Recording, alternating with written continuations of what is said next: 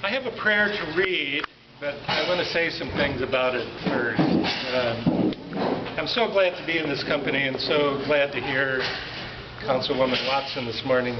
The very beginning of the emergency management occupation of Detroit, she held a hearing on the 13th floor of the Coleman Young building for testimony about emergency management. Yeah. But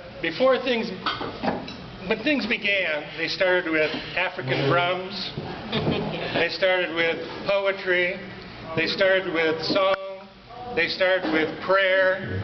So by the time it was time to give testimony and tell the truth, the room was already in the hands of the Spirit. That's right. Amen. And I'm so glad that on this day, that with events at Grand Circus Park, which I hope you're headed to, focused on international banking in large part, Yeah. that we begin that with an hour of prayer. You know, so often those of us in faith communities are working side by side with folks who have a very sharp material analysis of the world, that we count on them doing their homework. That's right.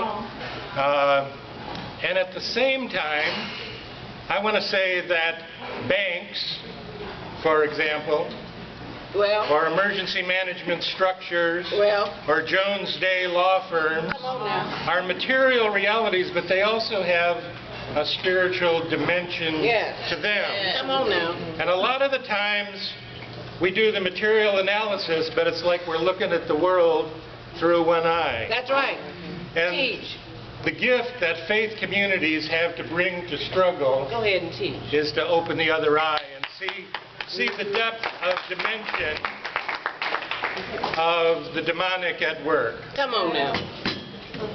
With the banks, so much of it's so ephemeral to begin with. If you talk about bundled mortgages or capital crossing to the other side of the planet by the speed of light, credit swaps, it's all kind of wispy to begin with. Yes. But in fact, part of their invisible power over us that the city of Detroit keeps paying outrageous predatory rates to the banks is a kind of spell that we're in. That's right.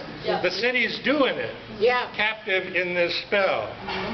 And I want to say that it is in fact a demonic occupation. Teach. Yes, it is. Now, demonic means fallen. Yes. Demonic means anything that dehumanizes broadly.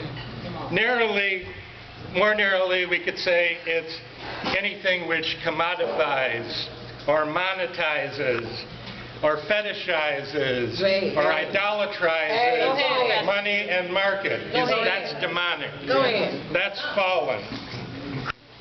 To speak of the demonic at work in this moment and situation is not to demonize any particular person or even to be talking about wickedness in high places, though there is plenty of wickedness in high places these days. Yes, sir.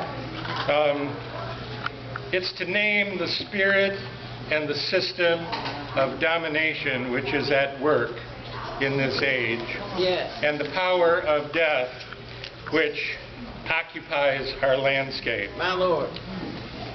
So what I bring this morning is sobering, but in the naming of the demonic, there's also freedom.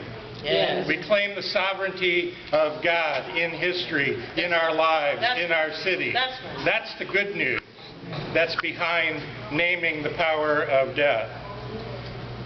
I was so glad for the reading from Ephesians 6, because that is a key passage of nonviolent struggle. Our fight is not against flesh and blood, but against principalities and powers, structures and systems and spirits of occupation.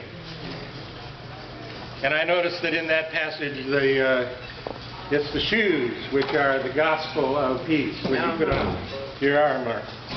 Well, the prayer that I have to bring this morning is actually an ancient prayer of exorcism.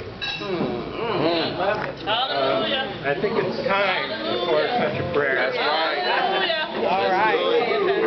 And if you will join me in it, I'll invite you to hold your hand out to the city in whatever direction.